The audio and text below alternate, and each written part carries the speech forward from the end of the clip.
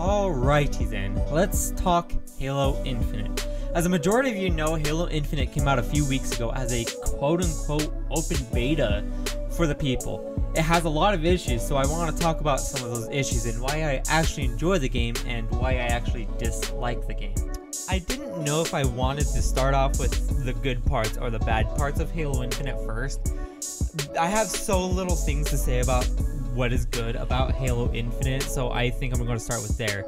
The good things that I think about Halo Infinite is I think the gunplay is pretty good in my opinion. It feels like you're playing one of those classic Halo games back from 20 years ago when Halo was first initialized onto PC and Xbox consoles. It's just so fun, and when you're playing with friends, it feels like it should have been a party game that one person should enjoy with a friend.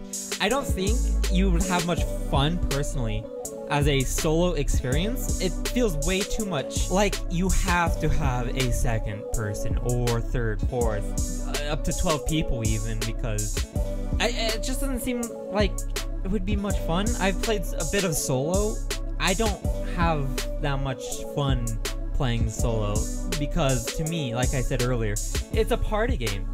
I don't see how it can be a very competitive FPS game compared to CSGO, Siege, or even Call of Duty. I say Call of Duty is way more competitive than Halo. However, I'm not saying that party games are not bad, because I'm playing Halo Infinite because to me it feels like a party game. It feels like I can bring in any type of friend who wants to play Halo, and Halo, I feel like, brings in the good old Halo experience. I think the reason why 4 and 5 failed is because they went way too far into the competitive side of the game instead of trying to make it more couch party friendly, if you know what I mean there. And I think that's a good thing that they're bringing it back with Halo Infinite, and I personally enjoy Halo Infinite because of that reason. I know I said that several times within the segment, but I have to push it through. Now, let's talk about the glaringly annoying things about Halo Infinite that everybody has been complaining about on Reddit, Twitter, and I even complained about it with my friends. They complain about it. It's just things that they should change in the game, personally, and I think everyone can agree with these things. Now let's talk about Halo Infinite's bad side of the story about the multiplayer experience that I've had personally. Before I actually continue this segment, I know that last week they were on break because of Thanksgiving. They were with their families, and this week and continuing is going to be crunch time before the Halo Infinite campaign truly comes out. So my condolences actually go out to them.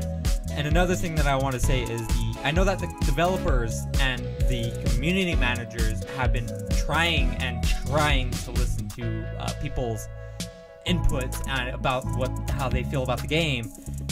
And I know that it's been hard for them this last few weeks because they want to have the best experience for us players and trying their hardest. So, and they've been even encouraging people to give more input about the game. So now that that's out of the way, I can continue on with the segment about what I dislike about Halo Infinite. My number one gripe that I can think of right now is the customization. What's wrong with the customization is there's 3 different armor cores, 3 different colors, 3 different helmets, 3 different armor sets, whatever. That is the most annoying thing possible. That is my number one gripe.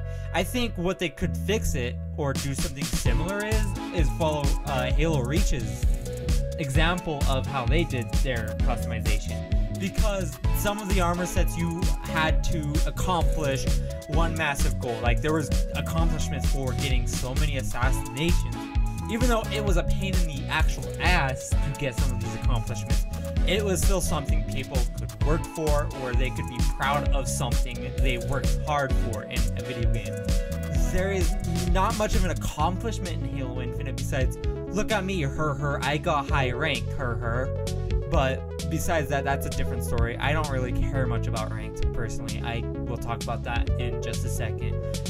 My second most thing that I probably hate the most in Halo Infinite is the progress. Yes, it's getting better. Yes, it's not like week 1 where every win you get more XP, more XP, more XP, where it was like net, and then it went from like 50 to 100 to 200, etc., to what was it? The second week it was like you had a standard 50 XP per win. It was getting better, and the challenges from week 2 compared to week 1, it was getting better. Now they have a system where it goes down in XP, which I think is better. I have jumped so many levels during this progression than I have, but I still don't think it's to what a good standard of good progression is in the Battle Pass and whatnot. If they can make it to where we get some more XP from something else, like medals, if you get so much XP from the first medal, then it goes straight to the Battle Pass, I think that would personally be the best thing for the Battle Pass personally. And besides that, they also just had a Tenrai event, whatever it was. The game mode it had was Fiesta, where, you know, you spawn in with random weapons and power-ups. My gripe with that is why did they remove it when the Fiesta game mode got removed? It was one of their more popular game modes, I think. And I know that it came with the event, the past event, that, you know, you're supposed to do the challenges for the event pass that came with it, and which is cool and all. I wish they kept it more frequent instead of the 3 months that we have it. I don't know if they're going to change it after the game fully releases or whatever. The thing about that Battle Pass, however, the one that came with the event, is as of right now, it is literally impossible to get all 30 tiers. Within the first week you got the Battle Pass or played the event, you could have gotten up to tier 7, which means if they continue that pathway, you can only go up to tier 21 out of tier 30, which I hope to God they change that, because that's gonna make so many people mad. I mean, I'm already mad about how you can't get further in the Battle Pass as is, but can't do much about that, and I hope they really do change it. My next thing is kind of a minor issue personally. I don't care either way, but what I'm going to talk about right now is crossplay. Yes, crossplay is, I think personally, one of the best things that can happen in gaming history, because it allows PC players to play with console players. I don't care. I think that's an amazing thing. But when console players have massive aim assist, and, you know, I won't name games, Destiny 2, then it gets to be an issue. And besides that, I don't think Halo Infinite has that massive or big of an issue with aim assist for consoles. It seems like if you have good aim on PC, then you're not gonna have much of an issue against the aim assisted players. However, my biggest issue with crossplay on Halo Infinite is console players are going to be able to turn it off and on because of the massive influx of hackers on PC, and hackers is just going to come and go because it is a free game. You can't really get rid of hackers unless you have an anti-cheat, but as of right now, Halo Infinite, as far as I know, does not have an anti-cheat against this. I bring this up because PC players can't turn off crossplay. It's just on. Even though it is a setting in the settings section, you literally cannot turn it off, and I think that should be changed personally. But can't do much about that because you're not a developer, I'm not a developer.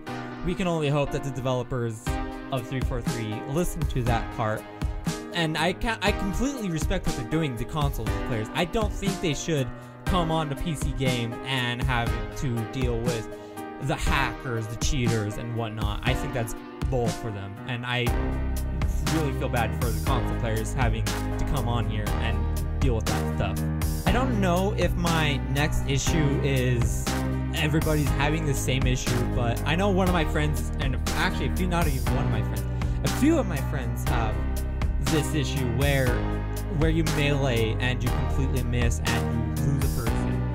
But I know the issue is because there is no collision on enemy players. I think to fix that, there obviously has to be collision, because I have been in scenarios where I've meleeed a person and completely lost him, and then getting domed by him because he's behind me or he's long gone behind a rock, and I noticed him there.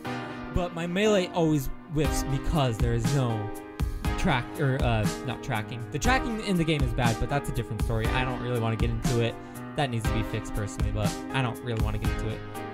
But there should be collision. There has to be collision for enemy people. I can understand having no collision from player to player if they're on the same team. I personally don't care about that. I'm fine with it.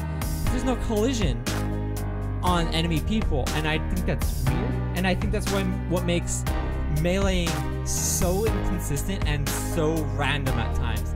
Another thing about randomness and inconsistent is I personally think the damage on the guns feels, to me, very inconsistent, very out of place, and not personally right.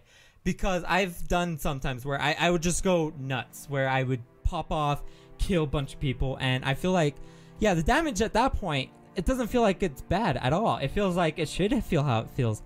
Then there's other times where I would do the same thing in the exact same scenario, almost the exact same scenario, I should say, and not do as good, where I'm hitting my shots. I know I'm hitting my shots, but then the damage feels like half the time it doesn't break their shields, or their shields don't even get touched whatsoever, or I break their shields, but I can't damage them even though I'm hitting them. That doesn't make sense to me. But I don't know if it's just me, or if it's just me and my friend and we're just having terrible latency. So I'm gonna put that to the benefit of the doubt and leave it to the devs to see what they say about damage, meleeing, and inconsistency. So with that said, I think I've said pretty much everything I wanted to say about Halo Infinite. Yes, this game is really fun. It feels like a Halo game should feel like, but it also has some glaringly annoying stuff that should be fixed, and I hope they do fix it in the future. I know that the full release of the game is basically right around the corner with the upcoming Halo Infinite campaign. Besides that, that's all I have to say. This is me rambling on about Halo Infinite. I hope you guys enjoyed, or I hope you guys have some same of the feelings, or I hope you guys want to say what you guys feel about the game. With that said, I know I said this 3 times. I'm sorry. I'm really sorry about this, but this is it. This is my final. With that said, I hope to see you guys in the next video. I'm going to try and be more consistent, and I know I'm coming to school, so it's going to be a little hard to do, but hope to see you guys in the next video. Hope you guys enjoyed. I hope you have a wonderful time, and good luck, and have fun out there on the battlefield. Bye-bye.